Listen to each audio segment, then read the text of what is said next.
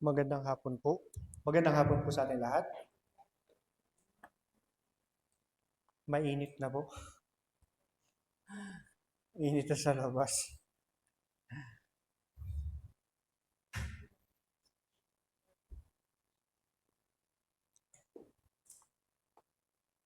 So, again, parang kakunti nag-good afternoon. So, magandang hapon po ulit sa atin. So,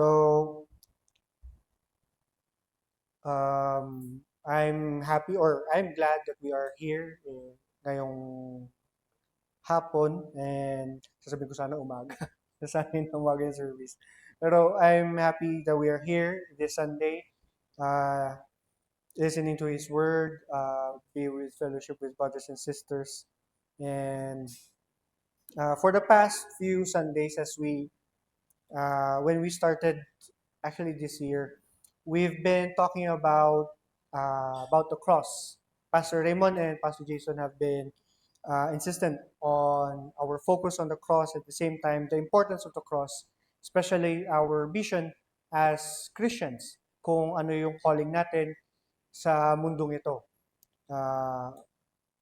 That's actually understandable kasi tayo mga uh, with everything that's happening in our lives, we forget what we really need to do in our lives. We thought that, ay, saved naman na ako eh. So, uh, goods na ako eh, Lord.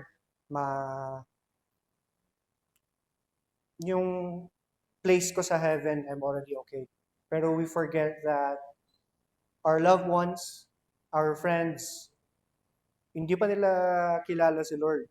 And somehow, people already see that, oh, Christian si Dave, pero hindi niya sinishare yung gospel. So parang, what if na lang nangyari kunyari?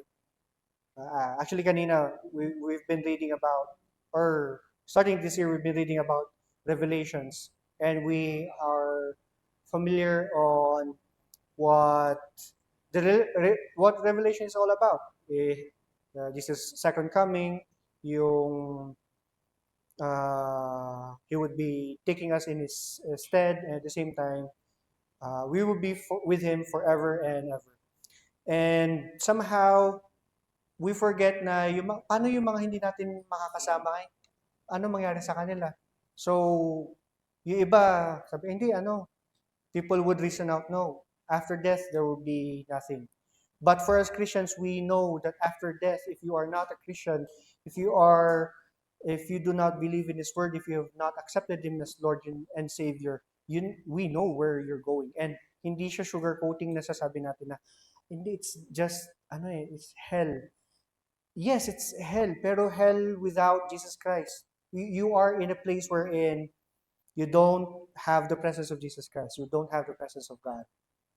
So for this Sunday, actually, this would be the conclusion of my series in connection of Psalm 23 and John chapter 10, verses 1 to 18, uh, in connection of the Good Shepherd to the cross.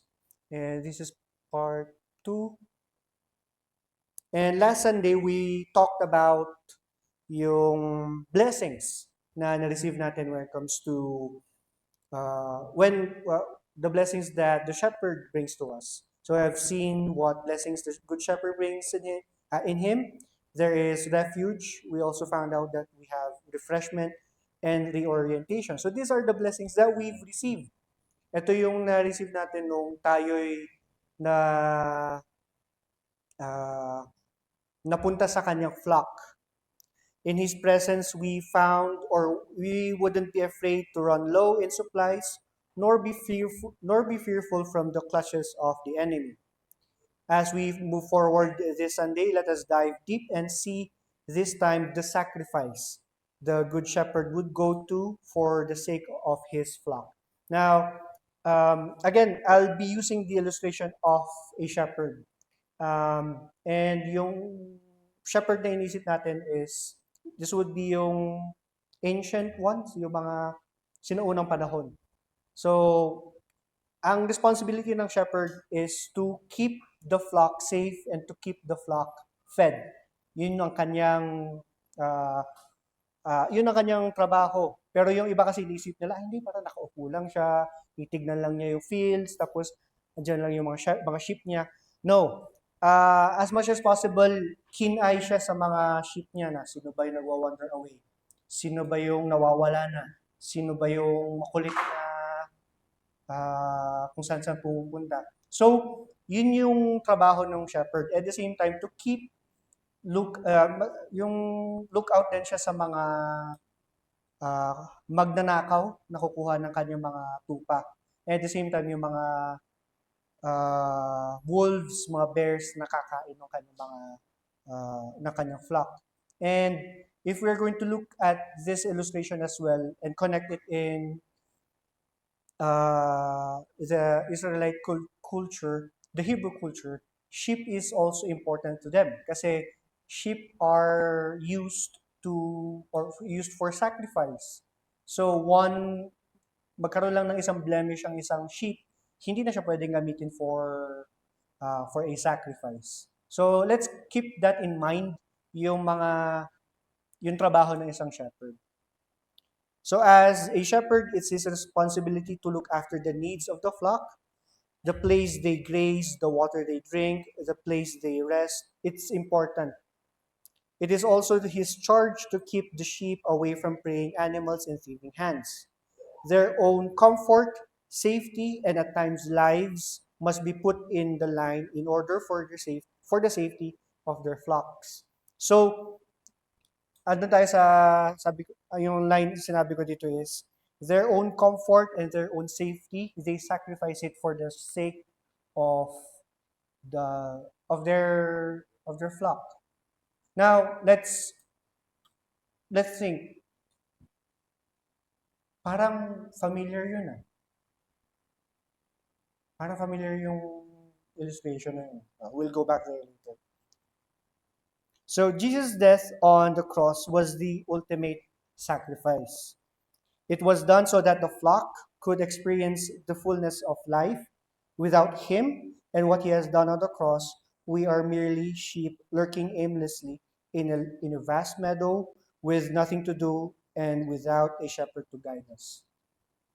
Now, the reason why uh, we are always going back to the cross is because the cross is the ultimate sacrifice that Jesus Christ did for us. Siya yung sheep na naslay for the sacrifice, the ultimate sacrifice for us to have that relationship that we supposed to have before time. Yung relationship na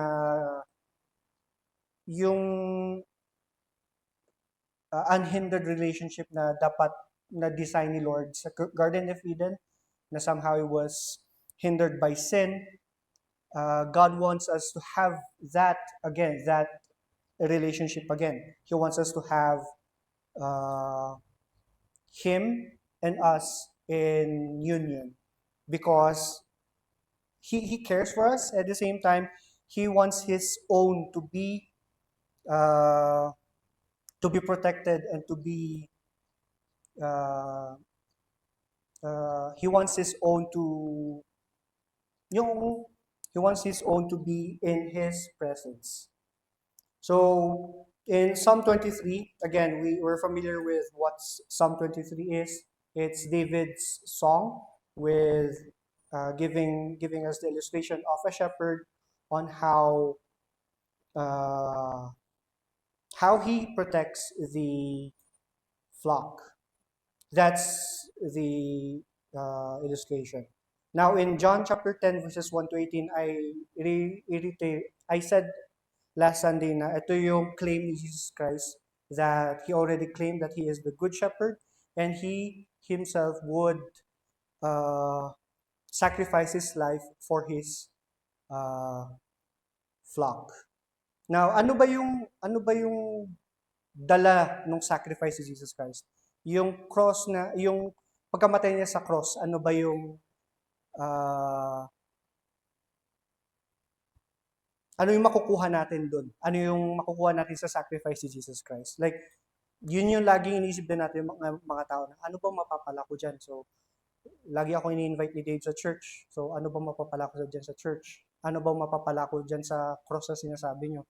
Ano ba yung mapapala ko pag if I gave my life to Jesus Christ as my Lord and Savior? So, in today, we are going to look at three things na what Jesus would give us or in exchange of his sacrifice. So the first one is actually the first sacrifice. No, actually, his sacrifice brings us. Oops, sorry.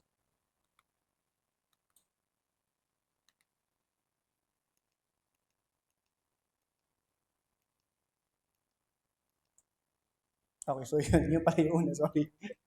So his sacrifice brings us reason. Hindi yung the meaning of reason here is Jesus Christ Jesus Christ sacrifice gave us purpose in life. May reason na tayo para mabuhay. So, pero ano yung reason ko? So, ang reason ko na is para yun, para kumain. Reason ko na para mabuhay is for me uh, to work, parang ganon. So, ang daming taong ganon na, hindi, ang reason ko para mabuhay ngayon is for me to sustain my family, for me to work, the same time, for my family to have a good life. So, sa akin, it's, yes, it's important, pero that's not the reason God gave us for us to live. Hindi yun yung will niya sa buhay natin. For us Christians, we always ask, even before nung nakakilala na tayo kay Jesus Christ, what is my purpose? What's God's will in my life? Other Christians would say na, God's will in my life is for me to sing for Him, for me to be a great worship leader. Others would say my reason in life is to preach. It's to study His Word. Those are okay. Pero that's not the reason, that's not the real reason why uh, He sacrificed Himself for us to live. We always go back into this verse, and I know most of us, and dapat actually lahat na dapat memorize na natin itong verse na to. It's in Matthew chapter 28 verses 19 to 20. And quick, let's go sa Matthew 28, 19 to 20. And we'll find kung ano yung purpose natin sa buhay.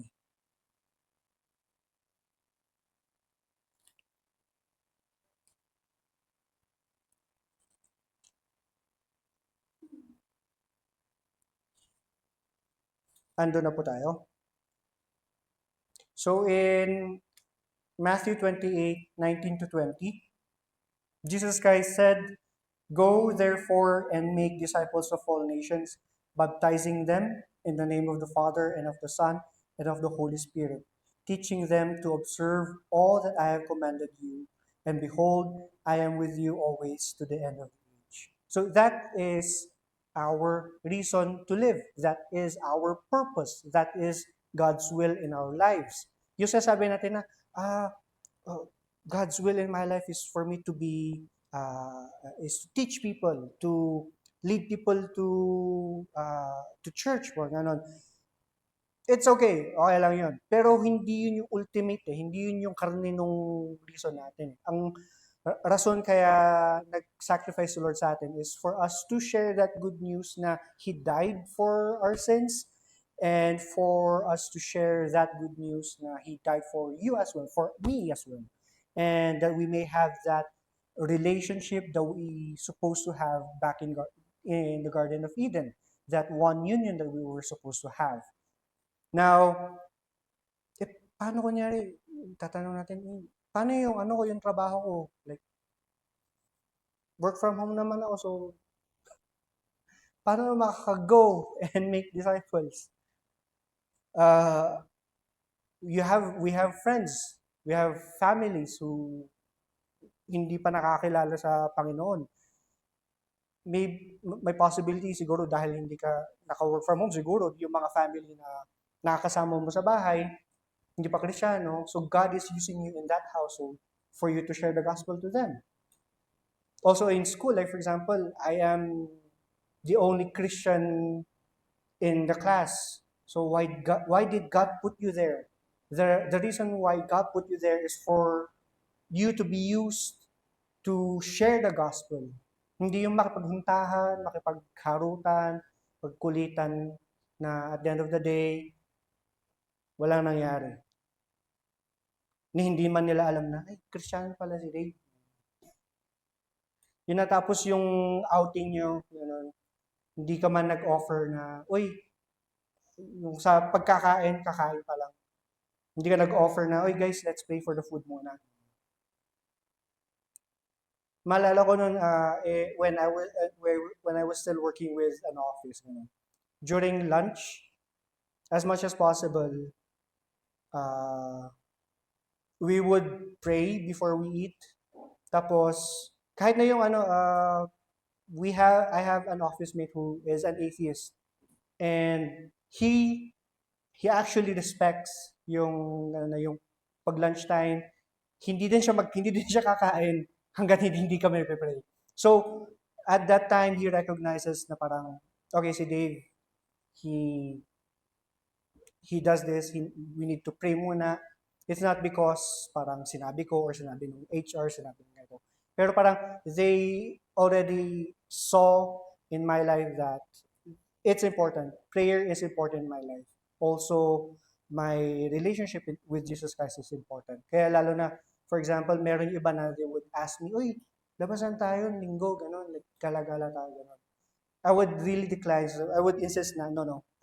Sunday is first, it's the Lord's Day. Kung gusto nyo sumama ako doon, sama muna kayo sa church. So, pero parang sasabihin, hindi, ako kasi dumadaan ako sa church. Pray lang ako sa labas, pero alis na ako. Pero they respect it. Even, lalo na pag consistent ka na, you keep on inviting them.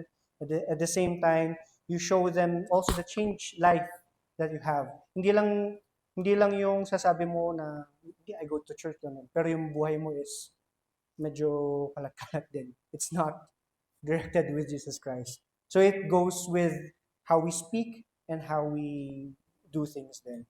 Yun, that's our reason to live. The reason why we are here is not for us to chika all the time. Our reason to live is for us to share the gospel to everyone that we would be meeting. If it's our friends, even if ito yung mga taong kinakainisan natin, he needs Jesus Christ too. So yun yung blessing or what Jesus Christ's sacrifice brings. The first is he brings us reason. The second is his sacrifice brings us reserves. Hindi yung I'm not talking about na parang, uy, ka-reserve ka na sa mga restaurant, mga ganun. No. What I'm talking about here is reserves is you already have help, you have already supplies. Meron kasi yung sasabi nilang reserve also welcomes to military. Parang you are the backup. Parang ganun. And sa atin kasi mga tao, lalo na ngayon, we are worried on what would happen in the future. We are worried on what would happen tomorrow. Especially with what's happening with sa Middle East ngayon.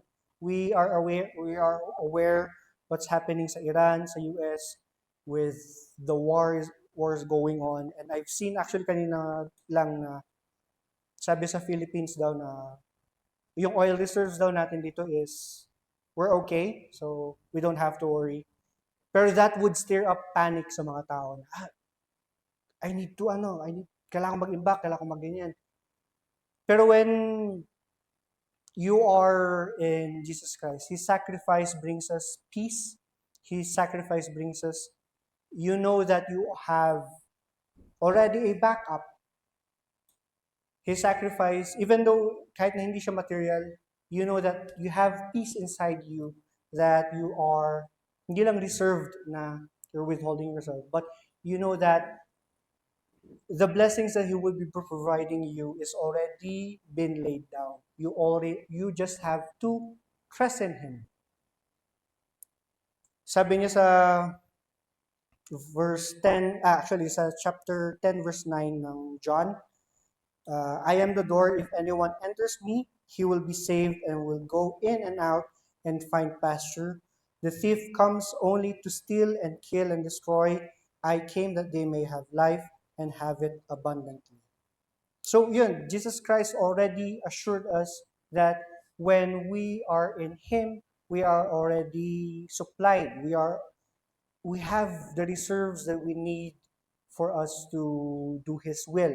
Not just yung reserves na for us to go on with our days, but it would also overflow sa mga tao nangangailangan. In Psalm 23 verse 5, sabi niya, "You prepare a table before me in the presence of my enemies. You anoint my head with oil, my cup overflows." And that's how God blesses our lives. When He died in the cross, hindi niya tinipid yung sarili niya para yung, alam mo yung nakailang palo lang sa kanya. Tapos biglang sabi, Jesus Christ, hindi, that's enough. Ayoko na. Masakit na. Pero no, what Jesus Christ did was He endured the pain, blood really let out from His body, and He did not reserve an ounce of strength in His body for Him to sacrifice Himself. And yung reserves na sinasabi ko dito is yung the blessings that Jesus Christ gave us is supposed to be not just to be savored tayo lang.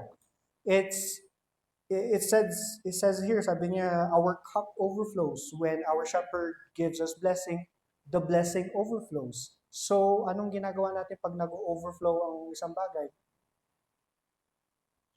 Si-share, diba? Yung iba nga lang, ay, hindi, kuha kang timba. Uy. Parang we look for ways to store those blessings more. But we forget that these blessings are not supposed to be, yung hindi mo dapat sinasarili, we are supposed to share it to others.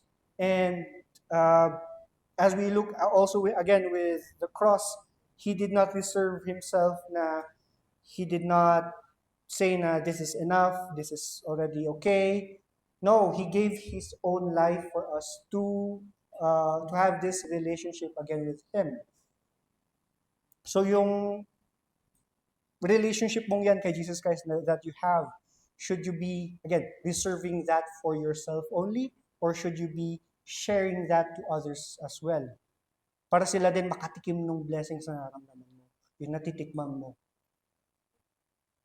Like, yes, I get it. Life right now is really difficult. Other people would look for ways to sustain themselves, to makapag-ipon, makapag-imbak para hindi sila mag-worry in the future. But when you are in Jesus Christ, when you are in God's presence, you would not worry. You would be the reserves or the blessings that you have has already been provided. We just need to trust it. In Psalm 34 verse 8, it says, "Oh, taste and see that the Lord is good. Blessed is the man who takes refuge in Him." So we are blessed that we take refuge in Him and that we taste that blessings. We every day na titikman natin yung mga blessings ng Panginoon. At times we get sidetracked with our own lives, and sasabi natin, we tend to forget what these blessings are. Yung pagmulat natin sa umaga, reach out yung ganun, cellphone agad. May nag-text ba sa akin? Well, dapat yung Bible muna, Bible. Nag-reply ba siya sa akin kagabi? Like, wag muna natin isipin yun. Ang gawin mo natin is, let's thank Him for a day that He has given us, that another day that has been provided to us for us to do the first point, which is the reason why we are living, for us to share the gospel, um, to be of use for His kingdom.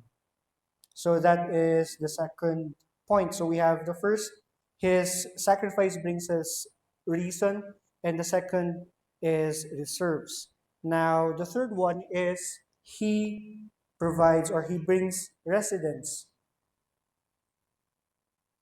Sabi niya sa verse 6 ng Psalm 23, surely goodness and mercy shall follow me all the days of my life, and I shall dwell in the house of the Lord forever. Meron daw pangalan ng isang babae, Shirley, galing daw sa Bible. Dito daw based yun sabi. Surely goodness and mercy. Joke lang. Pero yun. Um, sorry. When we look at, sorry mo.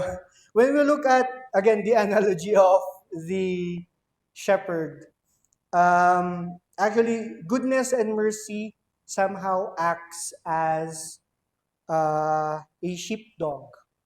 Kasi kung may imagine nyo, syempre, may instance pa rin na sa sobrang laki ng flock, hindi kaya na isa lang na shepherd. May times na syempre kasama sa ibang shepherds, pero may times talaga may mga sheepdog na kasama nagpapastol. Now, that's how goodness and mercy is in this verse, that they act as sheepdogs in the flock, wherein they follow the sheep. And yung sabi niya, shall follow me all the days of my life. So all the days of our lives as sheep, goodness and mercy will follow us.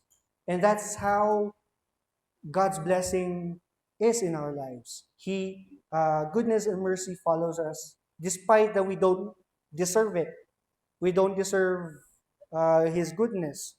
We don't deserve His mercy, but still it is provided to us. And as we in John chapter 10, as we move forward, may analogy pa rin kasi siya sa verses 27 to 28. It says, my sheep hear my voice and I know them, and they follow me. I give them eternal life, and they will never perish, and no one will snatch them out of my hand. Now this is when we are already in the flock, when we are already in His family. As soon as we found our reason inside the flock, as soon as we realize that we are a part of His family, we have found residence in His presence. Residence in a way that we could call it our home. We could call it as our refuge. The Bible always talks that Jesus Christ is always our refuge. We should put our trust in Him. We should always put our everything in Him. Kasi we know that our capability is, we are weak. We are, like I've said last Sunday, yung analogy ng pagiging yung sheep and shepherd, tayo as sheep, we are, hindi naman, actually kailangan natin ng tulong kasi we can only do as much. In Psalm 91, verses 1 and 2, it says, he who dwells in the shelter of the Most High will abide in the shadow of the Almighty. I will say to the Lord, my refuge and my fortress, my God in whom I trust. So, again, as we put our trust in Him, as we put our reliance upon Him, our strength in Him, we find a home, and we find a place that we belong to. Ang dami mga tao ngayon na they look for a place where they can belong. Um, Online, I've seen nagsusulputan ng mga, oh, if you want to find a place for you to belong, we meet every Saturday. We meet for coffee. We talk about life, and people go there. They look for a community. But sa ating mga Kristiyano, we can also do that to others. We hindi lang natin ginagawa yun na we talk about life, nakipag-chika lang tayo, gano'n. No, we talk about the greatest story that has ever been told. We meet here every Sunday because we want others to realize or to know how great it is to be in God's presence. Now, yes, I know it's difficult that people would be like, hindi may gagawin ako ng Sunday. But for us, our calling is to share and to share the gospel. Kung ni-reject man nila yung gospel on your face, like for example, no, I don't need that. Don't worry, they did not reject you. What they did is they rejected God. They rejected Jesus Christ. What we have to do is to move on and look for other people who need Him. We don't need to be hung up with one person na, ay, shinare ko yung gospel sa taong ito, tapos nag-no siya. So, ayoko na. So, hindi. Hindi ganun. Marami tayong makikitang rejections sa buhay, especially when it comes to the gospel, when you present the gospel to them. But there are still others who are still looking for a community, for them, for a place to belong. And when you share the gospel to them, you can, that's already, that's a way for them to be a part of a community, to be a part of a church, to be a part of God's family. And this is the best family that you could ever have in everything. Like,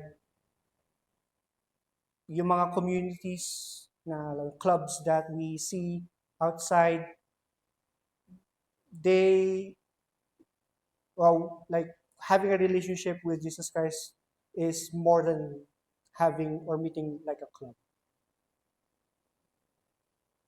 So that's our 3 points for this Sunday. So his sacrifice brings us a reason. His sacrifice brings us reserves, and his sacrifice brings us residence. Now, as we conclude this message, let's open our Bibles sa Psalm 16, verse 11.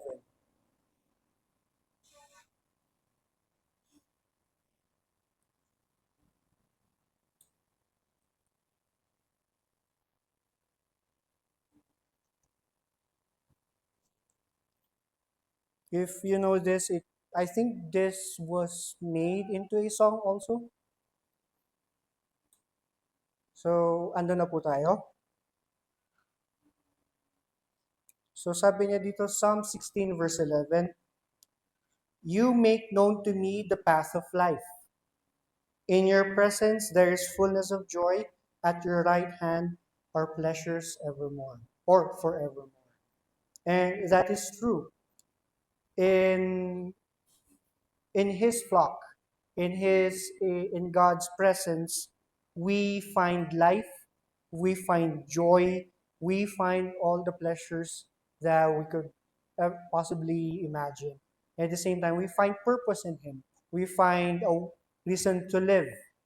We are not merely, like sabi ko kanina, we are not like sheep merely lurking aimlessly in a vast meadow with nothing to do and without a shepherd to guide us. With Him, our life is full. And one way for us to glorify Him is to share this fullness to others, to share these blessings to others. Uh, somehow, there are times that because due to life, due to challenges that we experience, we tend to sulk. But if we continue to place our faith in Him, we would find the joy that we need. At the same time, we can find, uh, we could share this joy that we're experiencing to others. Then. Let's come to the Lord in prayer. Our heavenly and gracious God, thank you for this Sunday. Thank you for your message of your sacrifice, Father, to us. For without your sacrifice, we don't have any reason to live, Father. We don't have anything to live for, Father. As we move forward this week, Father, may you use our lives that we may share the gospel to people who would we be meeting, Father.